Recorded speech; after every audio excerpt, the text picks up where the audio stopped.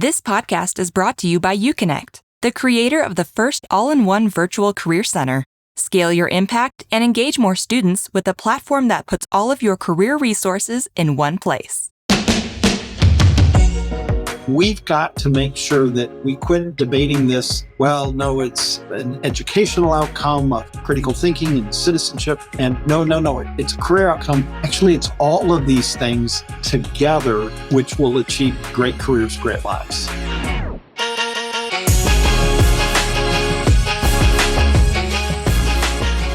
Hey everyone, welcome back to the Career Everywhere podcast. I'm your host, Meredith Metzger, and today I am joined by the 12th president of Bowling Green State University, President Rodney Rogers, and Steve Russell, who is BGSU's Associate Vice President of Corporate Partnerships and the Executive Director of the Michael and Sarah Kuhlin Hub for Career Design and Connections. Thank you both for being here. Thank you for having us, Meredith. Looking forward to the conversation. Likewise, yes. Thank you. And you got the whole entire title right. So you're off to It's a mouthful. Start. Yeah, that's a good title. Very substantive.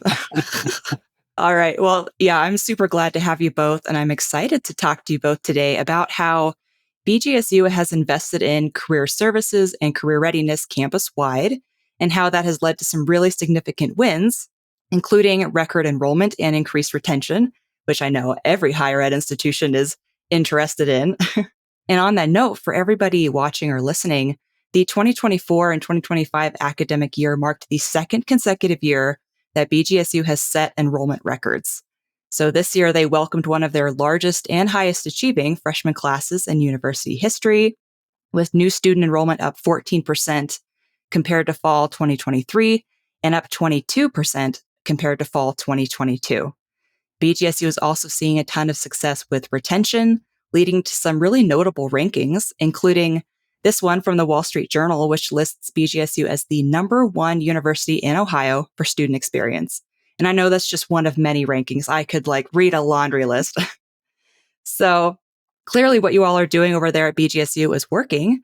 So I'm excited to dig into what you're doing and why, how you're using this life design approach, how you're getting buy-in campus-wide, and more. But before I get into my questions, is there anything else either of you would like to add about yourselves, your backgrounds, or your roles there at BGSU? Steve, what do you want to add?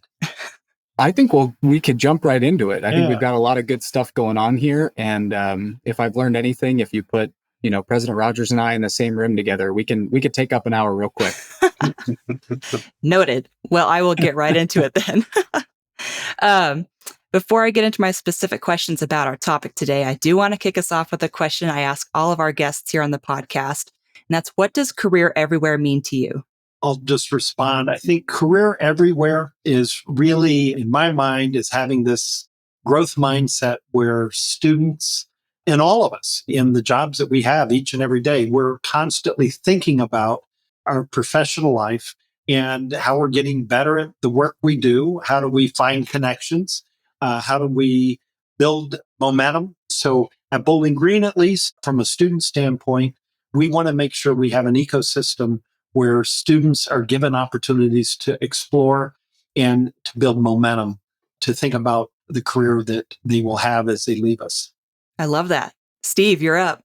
Oh, well, he stole all my lines. But, I think maybe the easiest way to think about it in my eyes is really this idea that students thinking about their careers on campus should be built in and not bolt on. And so I think that's a big part of having an ecosystem where, rather than a student assuming that the only people on campus focused on their career are a career center, it should be the inverse. Our students should assume that every single person on this campus cares about their career and the life of careers that they'll have, not just one. Yeah, I love that. And I know that's something you all really focus on there. Rodney, I've heard you mention this before on another podcast, that it's not just about where you go to college, but how you go to college. So I know we'll dig into that, but that's kind of what I think about as you were talking about what career everywhere means to you. Mm-hmm. So on that note, I would love to dig into our topic today, which is, again, how BGSU is driving record enrollment by investing in career services and career readiness. So to give us some context for the rest of this discussion, I'd love to start with a lay of the land. So Rodney, can you share your thoughts on the state of higher ed right now and why there needs to be this increased focus on career readiness? Yeah, thanks for the question. We've all seen the Gallup poll of declining trust in higher education, and it's been a multi-year sort of decline. I would just add there's a declining trust in all sorts of civic organizations right now, including higher ed. But I think part of the reason that we're seeing that is a mismatch of expectations from our various constituency groups. Here in higher ed, we have certain expectations of what it means to go off to college and have a degree. The parents have another one, a student may have another one, an employer has another one, a government official has another one. And that mismatch there's some historical reasons we won't have opinions on how we got to where we are. But I think there are some key things that we've got to keep reminding people, which is it isn't one or the other. To Steve's point that he made earlier is it's not a bolt on about a career outcome. A career outcome is a part of why you go to college. Preparing students for great careers, absolutely, but then also great lives, which doesn't necessarily mean the highest paying job. It means a career that you're finding meaning in and to be prepared for a lifetime of careers. So I think part of our problem is we've got to make sure that we quit debating this. Well, no, it's an educational outcome of critical thinking and citizenship. And no, it's a career outcome. Actually, it's all of these things together, which will achieve great careers, great lives. Yeah, I love that. It seems like you're taking a very holistic approach to higher education there at BGSU, that it's not just about career, it's about building a meaningful career, meaningful life. Hopefully they align well too, like you find a career that aligns with your goals and your values too. So sounds like that's been very effective for you all. It resonates with students and families. I have twin boys that have both gone through college now. And I think as a parent of two boys that went through college, I've seen it through the parent standpoint. And, I learned some things when they were going through that I don't think I thought of as a faculty member or as a dean or a provost or now in my current role. And so that's where I started seeing some of this divide or this split of expectations. Okay. Yeah, that makes a ton of sense. Steve, do you have anything to add? My little one is too little to have gone through college just yet. So I'm going to take maybe a little bit of a different approach.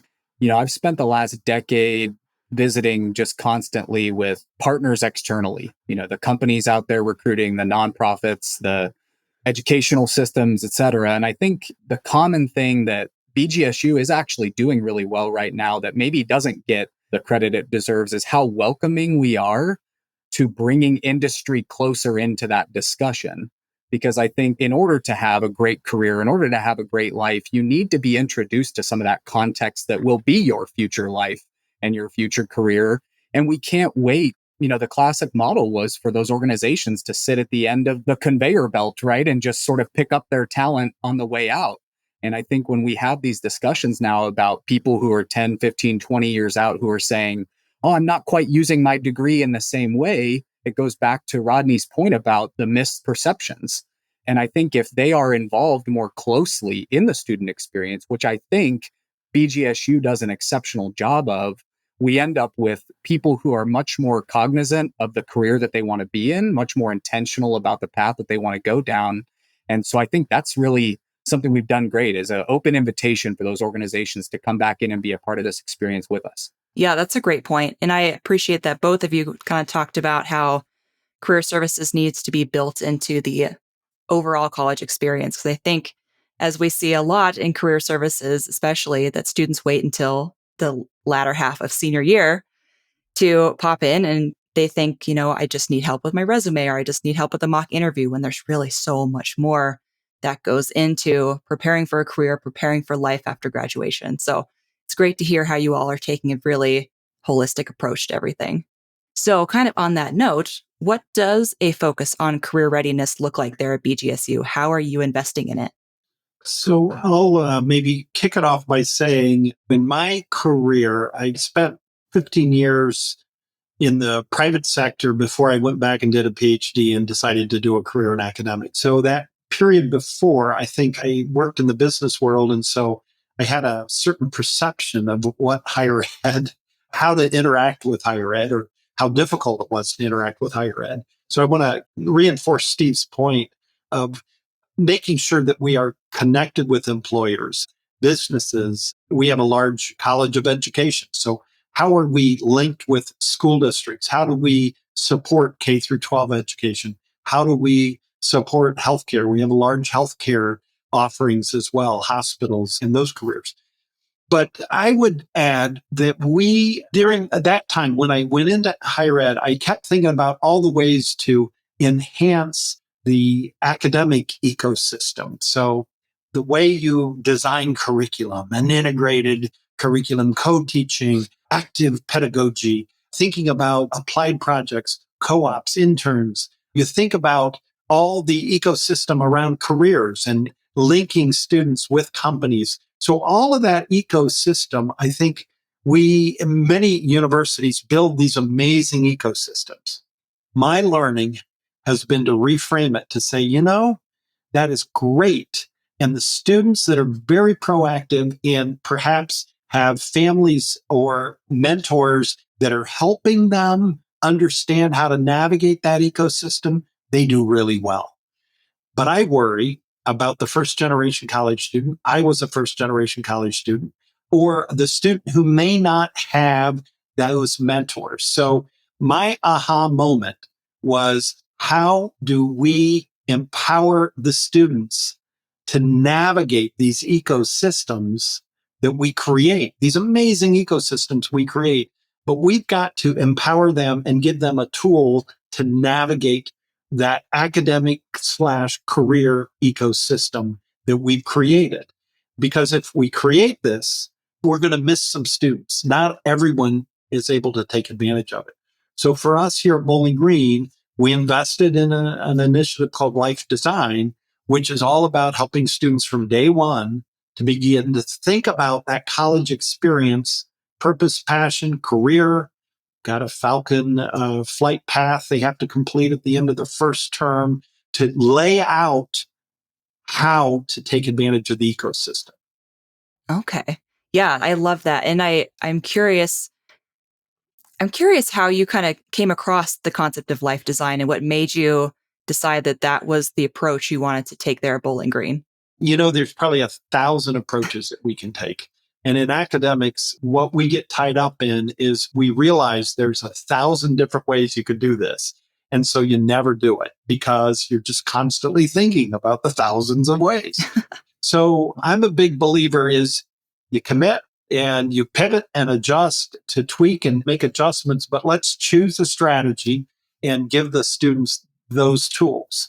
Having come out of the business world, I was interested in design thinking and the way in which design thinking can be used to address challenging issues when you're trying to do creative problem solving to try to figure out what the next step was. And by chance, I happened to read a book co-authored by Bill Burnett out of Stanford in the design school there.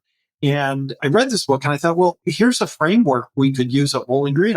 Somebody should apply this to higher ed. So we got in contact with Bill and Bill said, well, Rodney, we're already doing that at Stanford. But we're only doing it for a select group of students. It's not really scale. It's just for a very small group of students. And so, we sent some folks out there and then we had him come here and we did some workshops for about 100 faculty staff across the university. And we got some momentum. That was in February of 2020, just before the pandemic, when that workshop was held. But out of that, then, while we were adjusting to a COVID world and to an online world, we continued to do the work because we decided it was more important than ever that we develop tools to help students navigate the complexities. In that case, it was not just college, but it was COVID and college. And so we had two donors that stepped up in a significant way to endow two centers, the Radville Center for College and Life Design, and then the Kuhlin Hub for Career Design and Connections, to put the linkage together to embed design thinking as a navigation tool for students to navigate our fairly complex ecosystem that we create. Yeah. Steve, what did I miss on that? I'm learning that we've talked enough because all the things that I want to say are all the things that you've already said. No, it's great. I think that's part of the point I might make later. But I think for right now, what I would say is within this ecosystem, having these two sort of sister centers on our campus, I think is pretty unique. And I think one thing we've learned from visiting with colleagues across the nation is it's really difficult to have career conversations with students if they're not in a place to have them. And so I think having a separate center on our campus that's helping to empower students to navigate this ecosystem allows them, by the time that they are prepared to have a career related conversation, it's much earlier on during their time on campus instead of the traditional student who has had to figure out every other thing. And then they finally get to career when they're a senior.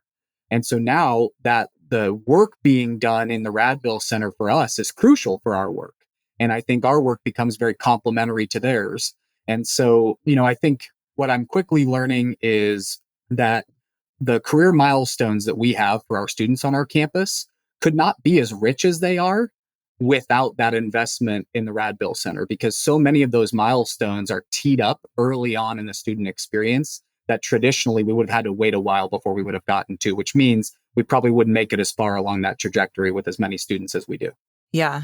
I might add to that one advantage that we have at Bowling Green that not all universities will have is we are a pretty traditional, we serve over 23,000 students a year on our two campuses, but on our main campus here in Bowling Green, Ohio, we have a pretty traditional undergraduate population. They come here, they live here, they go full time, they graduate in 4 years or less is our goal. And I don't know if we were fully taking advantage of this opportunity to more integrate and holistically approach their education. That might be more difficult at another type of institution that would have more part-time students where they're coming and going.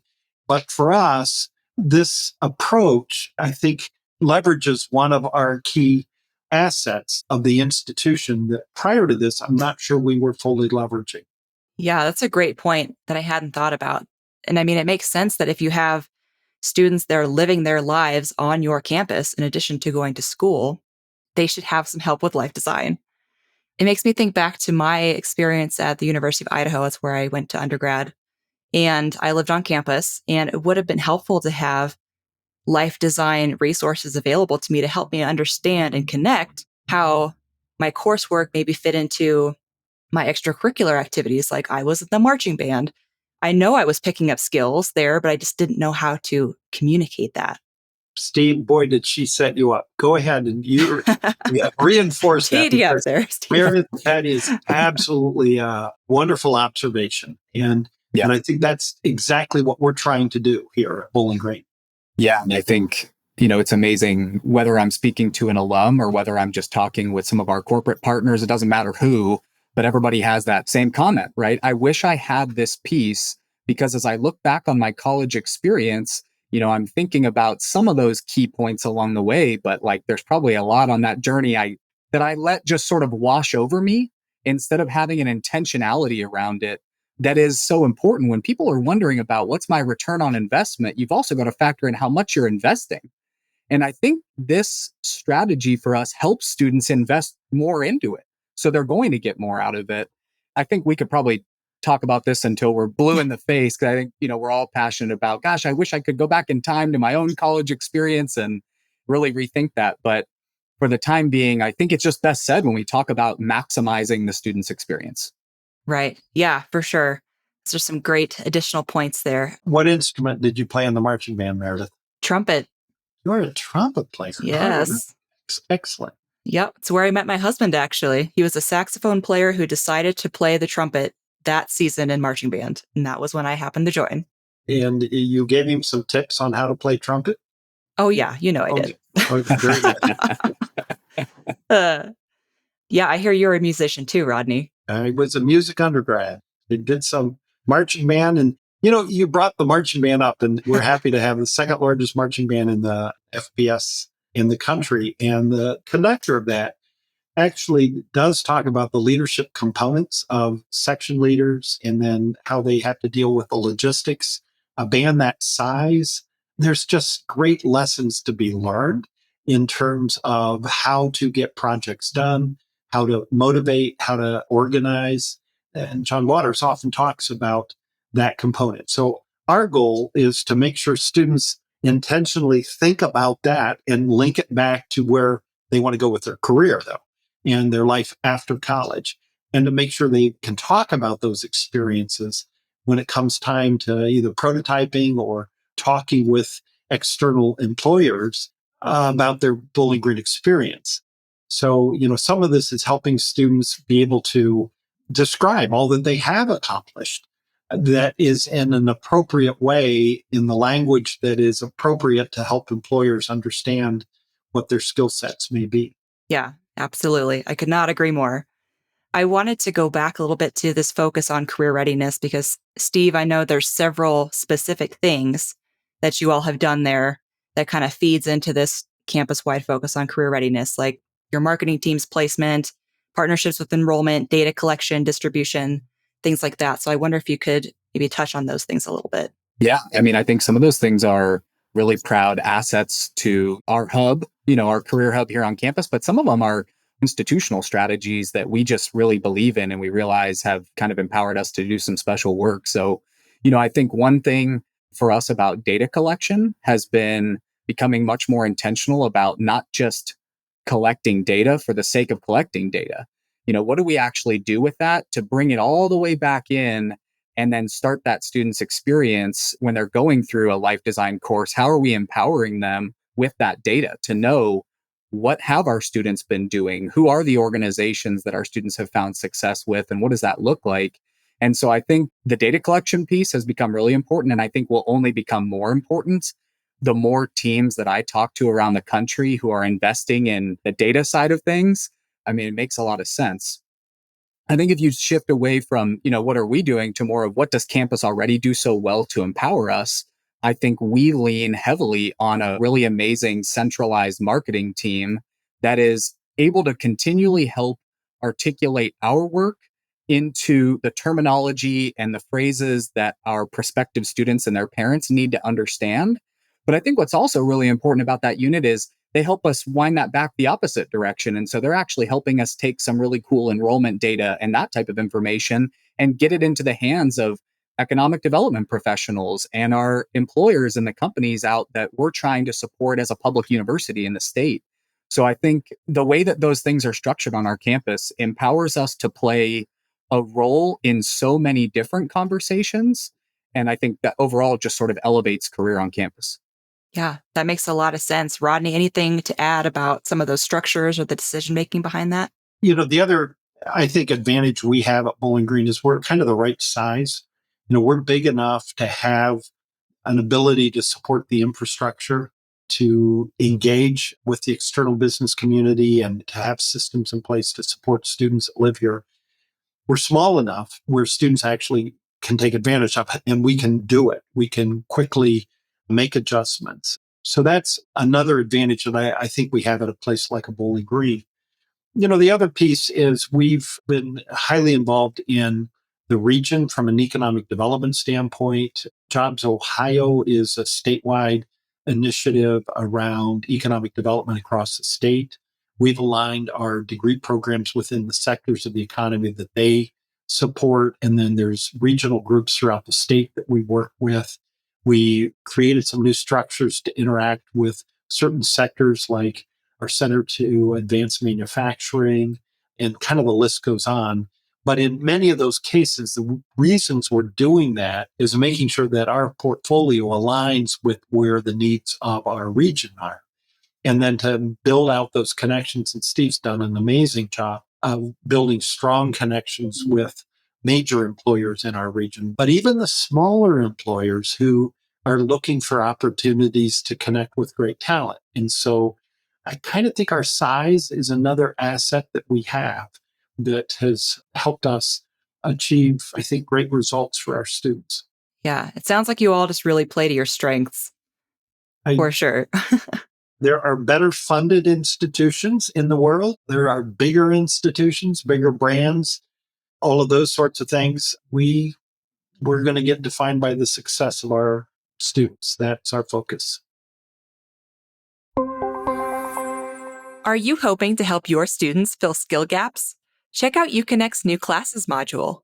The Classes module is a powerful new add-on to UConnect's Virtual Career Center platform and offers over 600 curated skill-building courses from trusted industry leaders like Codecademy, Primerly, AscentUp, Break Into Tech, Cisco Networking Academy, Exponent, and PM Exercises.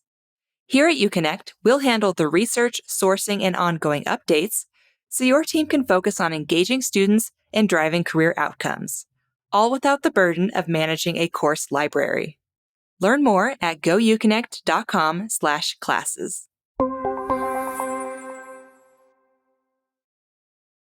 We've talked about this increase in enrollment that you all have seen, like record-setting years for at least the last 2 years in terms of enrollment and retention.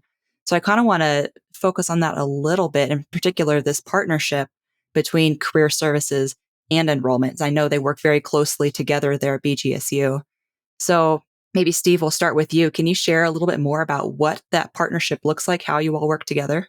Yeah, it started since, I don't even know, my second day on campus. I was given and am always given the opportunity to visit with our amazing admissions teams to be able to really help them understand that we are doing something very special in this space and it isn't the norm. And this isn't, a traditional career center.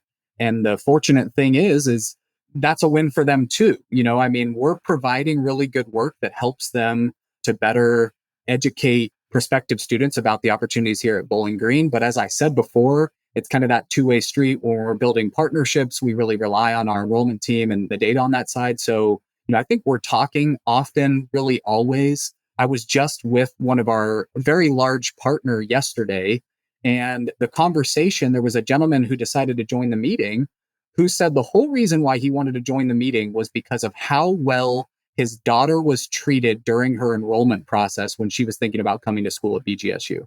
That was the whole reason why that person was in the meeting. And it really helped me. And then by virtue of that, it helps our students as we grow those partnerships. And so the only thing that I might add, which goes beyond the partnership of career services and enrollment, is just to say I've never been a part of a campus that leans more heavily into enrollment and understands the value of it than BGSU. When we host days on campus where our prospective students show up, every unit across campus is involved, and they're not involved just standing there. They're involved and lively and helping students to engage in that experience. And so at the end of the day, we say this probably once a week here, if our enrollment team isn't doing the great work that they're doing, we have no one to support with their careers. So we probably want to start there. So, I think fundamentally that's kind of where our heads are at. Yeah. Rodney, anything to add? I think Steve said it all. I do think the enrollment growth that we've seen, part of it is, I'm a big believer in the importance of differentiating. And a minute ago, you made a comment that we seem to be leveraging some of our unique assets. And I think that's exactly what we're trying to do. And, there's 4,000, I guess, colleges and universities across the nation.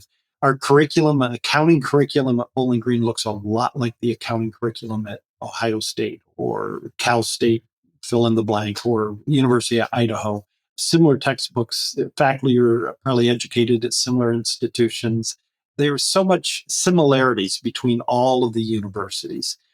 We in higher ed, we don't do a great job of really differentiating. And when we do, it tends to be differentiating on a one-off academic discipline. Oh, we have a unique program in forensic science investigation that nobody else has.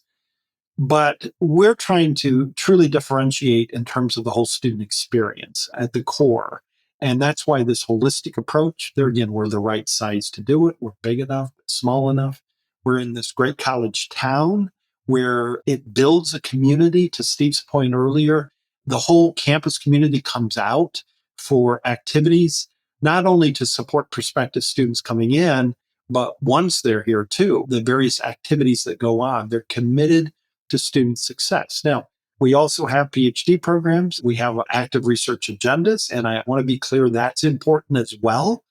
But anything that those can do to be leveraged to benefit the student experience at the undergrad is critical, right? So if we can get a undergraduate student connected to a research project and connected with some graduate students at many institutions larger than us, that would be virtually impossible. Here at Bowling Green, we're committed. Okay, so you're thinking about a career in that space. How do I get you connected with a very active research lab that a faculty member is running, get you connected with some of those graduate students? So we are truly this community that we're trying to do as much of the integration as we can to maximize the students' experience. Because we know when we do that, they'll have more options when it comes time to leave us.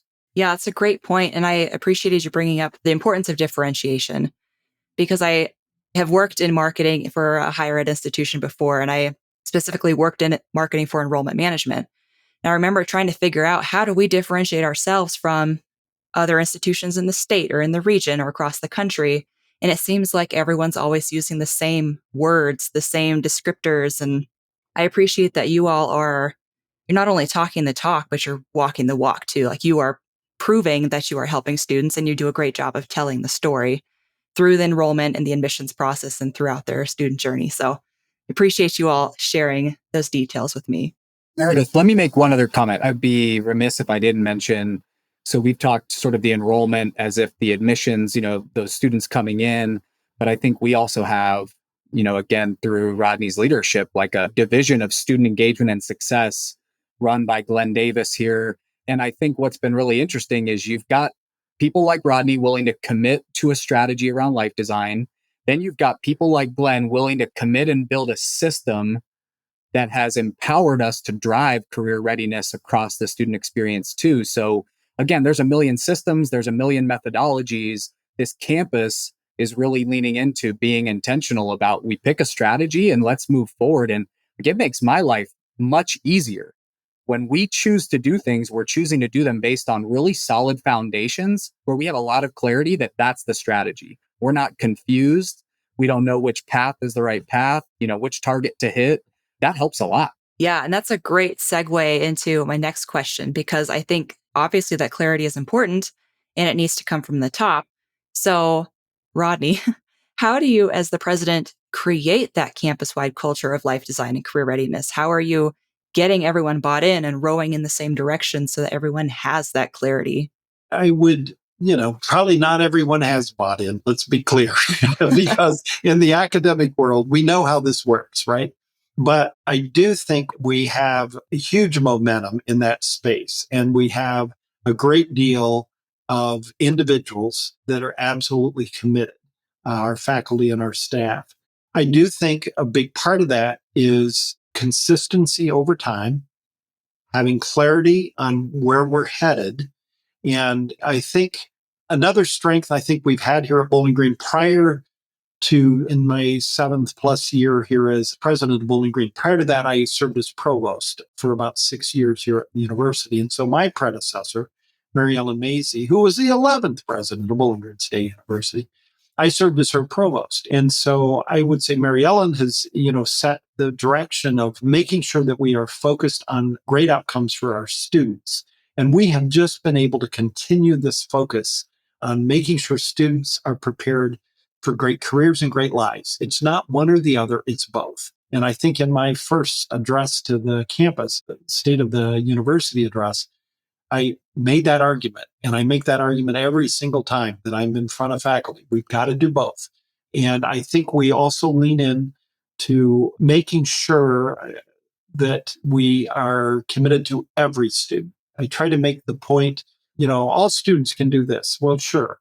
But we want to focus on each student. So I try to be much more directed to say, how are we taking care of each of our students? And I think that resonates with our faculty, our staff.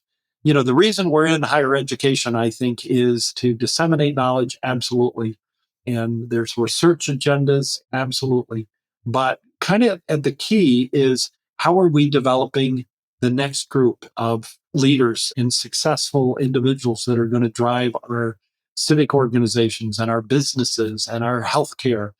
That's a pretty important goal. And how fortunate it is that we work in that sector of our economy, preparing the next group of leaders. So I think a lot of it's communication, a lot of it's consistency, a lot of it's focus. Yeah, absolutely. And, clearly that clarity and that focus on outcomes has driven some pretty impressive results for you. At the top of the show, I mentioned a few of those stats, but I'm curious if there's any other outcomes or results that either of you would like to highlight. I would maybe just add one. I mean, I think our retention rates, placement rates, and we're getting more disciplined in gathering some of that data.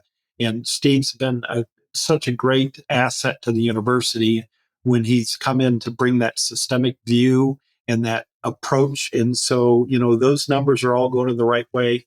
I just saw some data around the students' understanding of why they are in college at the end of their first term here at Bowling Green. We have seen a dramatic increase in the percentage of students who basically say, yes, I know why I am in college.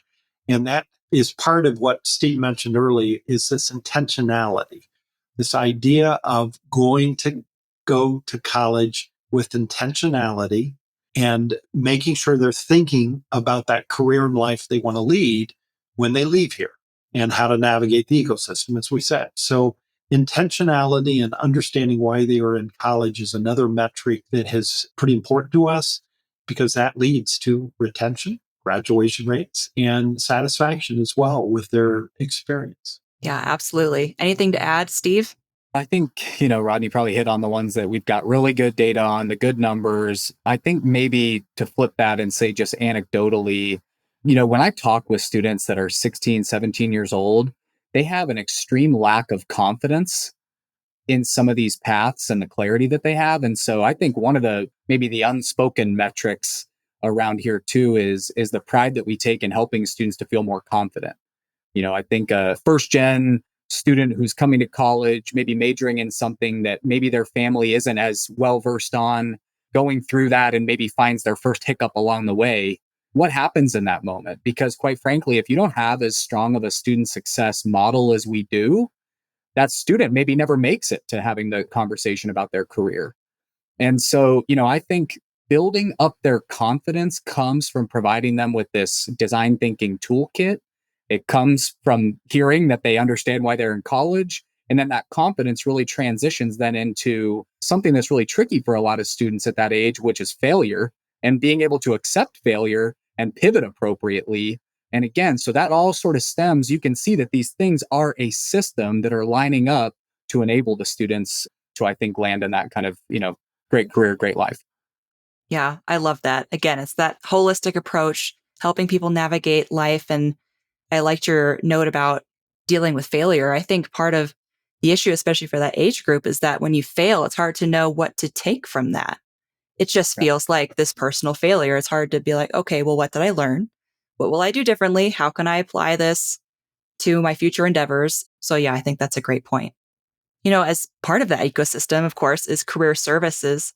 So I'm curious how both of you see the role of career services evolving in higher ed, particularly in response to like changing student and employer expectations. Steve, why don't you take that one first? Yeah, I mean, I think I maybe even said it in my interview sitting across the table from Rodney when I first took this job. I said, I'm not a career center director. I thought about the experiences that I had had when I was an undergrad, different institutions I had worked for, and that's not really what resonated with me. And I think it came down to, a lot of activities and data that all just felt really transactional. And I think, maybe the future of career services is being positioned as a really institutional strategy to respond to what's going on in the world, to ensure that the university is continuing to be relevant and supporting the systems that support us. I think if career services is really created and empowered an ecosystem, then, our state governments who support us should be feeling really great about the workforce that we're feeding back in and the talent, and not only the talent on that day one, but that we've really helped them to ensure that they can, thrive throughout the rest of their careers, hopefully in our states and in our regions that also support us. So I think that's a big piece to it. Steve did a great job there. And the thing I would just add is we do not have a career center or career services at Bowling Green. We have a career hub. And this idea of a career, well, and it was pretty intentional to try to come up with a different way to name the work that Steve and his colleagues are doing and all the partners that Steve has developed across campus and external to campus. But a hub, in my mind, are people coming together, figuring out the connections. It's not linear exactly. And it's not just a service to the students. The student has a responsibility here too.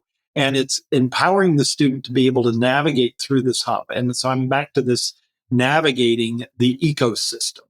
We are really committed to that because I think that also is preparing them for life, because we all need to navigate life after college. And part of the college experience, there's some adulting that goes on to those traditional 18 to 22-year-olds. But we want them to be successful in their life and know how to navigate after Bowling Green and to navigate into new careers. Because I also think we've got to make sure students have an understanding of, we really want to prepare you for a lifetime of careers, not just the first job. And I know often government officials, especially, really are pushing, well, how many people are employed? How much are you making? It's just short-term training. We've got to educate students to be the future innovators, to be the future leaders, to be able to pivot themselves to think about where their career may go. I was a music undergrad who became a college president. That didn't, maybe it did prepare me, though. There were aspects of that performance that I have to do as president that I think I gained from the senior recital I did, for example. But there are other things that I had to learn on my own that I didn't get in my undergrad, but I had mentors. So this idea of a growth mindset, a learning mindset, the ability to learn, and even better, if I can learn how to learn, I am even better than at adjusting and pivoting when I need to. I love that so much. And I'm so glad you brought up your background, because I was going to try and ask you about that, like how your career path went from, music undergrad to college president. So I'm glad you touched on that. I wasn't that good at music, okay? So I need to find a job. So what is your instrument? I was a baritone, so voice. But I also played saxophone and paid my way through college playing in a big band that I brought down the average age by. All right. So when Bowling Green needs someone to sing the fight song, they know who to ask. That is the truest statement I've ever heard. All right. Well, I do want to be mindful of our time here, so I'm going to try and get through the last few questions. You've already, both of you, offered a lot of just great insights, but I'm curious, what advice would you give to some of the career services leaders who are listening to this podcast who want to be seen as a strategic partner in institutional goals like enrollment and retention, kind of like you all have there at Bowling Green? My advice, and honestly, I'm not sure I understood this when I was a faculty member or a department chair or a director of a program or even an associate dean. I think when I was a dean, I started getting this a little bit. If I can align my initiatives with the overarching initiatives of the university, I am more likely going to get funded and supported. So it seems like an obvious, simple sort of thing, but I think we often don't look to the strategic plan overall and how do I fit into that strategic plan. So if I'm a career services individual or working in that space at a university, I absolutely would tie everything that I'm working on to that strategic plan and then lay that on the plate of who I'm reporting to say, this is how I'm supporting the direction of the university. That becomes more difficult than to say, oh, we can't do that, because you can see that alignment. Okay. Yeah, that's great advice. I imagine that definitely the alignment and the time and effort it took to make sure that your plan aligns probably makes for a compelling story for you as a president. Yeah. And then having outcome metrics that you're being held responsible for. So I think that's the other thing. Steve does a great job of, we've got mileposts and goals, objectives that we can track to make sure progress is being made. which is how you build them for more support. And that's how you continue to grow initiatives. Yeah, absolutely. Steve, anything to add? No, I would have said the same thing. It's all about alignment. I mean, I think if you can connect the dots between your work and every other unit on your campus, then what you've done is that you don't need to be the center of attention or the career center. And I'm sure Rodney didn't even realize this. Like at our last Board of Trustees meeting, I sat in the back for an hour. I had no presentation to give, but there were 3 senior leaders on our campus who gave presentations, and every one of those presentations brought up our hub. I didn't have to be there. I didn't have to be speaking. My goal is not to be the center of attention. My goal is that those folks were empowered to give really meaningful presentations because of the work of our team. That's what's most important. Yeah, absolutely. That's what hubs do, right? They're connecting, they're linking. Yes, they're spokes. They are. That's exactly right. That's it. Yeah, I was thinking that earlier. Like the use of the word hub implies that there are spokes that go out throughout the rest of campus and beyond. So it makes sense that you would use that terminology. Right, exactly. Okay. Well, before I start kind of wrapping us up, is there anything else either of you would like to add? I don't know if I have anything else. I guess it doesn't surprise me, but it may make you laugh. The fact that half of what I wanted to say came out of the president of our university's mouth should send a pretty particular signal that there's a lot of alignment here. And it didn't just happen overnight. And I appreciate a lot of the support.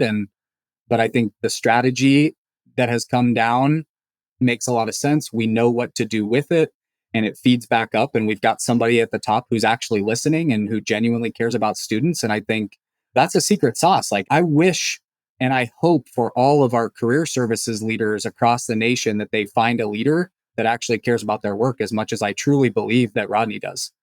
Well, that's nice of you to say, Steve, but making sure that we're focusing on student outcomes. And I'll leave it at this, that it is really hard to predict the future success of a 17, 18-year-old. One of the powers of higher ed in America is that we have historically, at least, and I hope we'll always continue to do this, we cast a wide net to give students an opportunity to come, to take advantage of what universities have to offer, and to be prepared to go out and do some amazing things. And it's a wide net. It's not just a few students from wealthy families or students who are connected here or there. It's a wide net. I'm a first generation. I grew up in a really small farming community. To be a college president, my friends from high school would say, "Are you kidding me? Really?" And Meredith, I don't know your story, but what I love is hearing the stories of these students and where they have come from. But our job is to make sure that we not only offer up all of this ecosystem, that we actually expect them and hold them responsible for taking ownership and to give them the tools, though, to effectively navigate it. And when they do that, they will be prepared for great careers and great lives. Well said. That's a great place to leave it. So absolutely. Well, Steve and Rodney, if people would like to connect with you or learn more from you, where's a good place for them to do that? I'm R. Rogers at bgsu.edu. I'm on LinkedIn. I'm on about every social media platform there is. So we'd love to connect. Likewise. Any way that people want to connect, I think we're always open to those conversations with our colleagues. Perfect. And the power of working together, the power of networking, the ideas that come in, it's that growth mindset. And we all in higher ed need to have that. Yes, we should all be lifelong learners, right? Boy, isn't that true? Yes. All right. Well, at the end of every interview, I like to do this answer a question, leave a question thing. So I'll ask you a question our last guest left for you. Then you will leave a question for the next guest. Mm-hmm. So our last guests were Justin Morris and Robin Houston of the University of Oklahoma. And they left a super serious question for you. If you make a pot of chili without beans, is it actually chili? Yeah, that's a great question. Oh, I'm going to have to ponder that. I think the answer definitively is yes.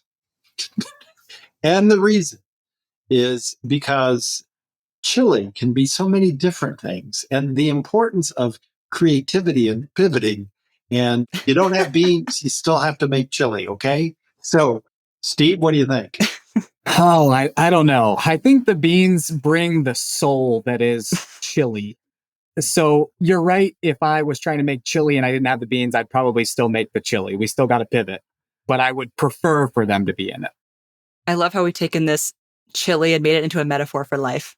If you don't have the beans, you still got to make chili. Metaphor for life. All right. Well, what question would you like to leave for the next guest? Each of us can leave a question. I think, well, sure. Yeah, let's do it. My question is, what was the first paid job you had that you would never put on your resume? I pushed carts at a grocery store. That was my first one. I did. Minimum wage? Yes. And you I never tried put on a resume? I don't think so. Okay. Probably because I got in trouble because I was trying to be efficient and put way more carts on the machine than I was allowed to. And I got caught on the security camera. So I probably didn't want to use them as a reference. Okay. How about you, Steve? I was an entrepreneur at a very, very young age, and I didn't know how much I could articulate that experience into all of my future jobs. And so I've actually gone back and put that back on, but there was a long time where I never included those experiences. So good lesson for all of our entrepreneurial students, where some of the ventures they've had at an early age have taught them really valuable things that they should articulate. Was it like a lemonade stand or something? That's going to have to be another podcast another time. Okay, it's a mystery. All right.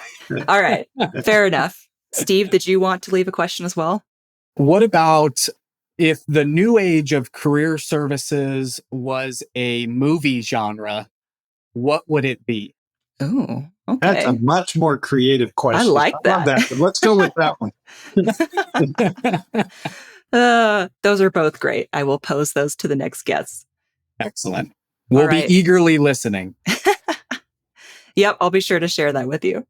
Well, thank you both for taking the time to join me on the podcast today. This was a really fun conversation. I feel like we covered a lot and could have kept going for a long time. So thank you, Rodney, Steve, both of you for your time and your expertise. Thank you. Meredith, thank you. Great podcast. It was wonderful to chat with you today. Thank you. Likewise.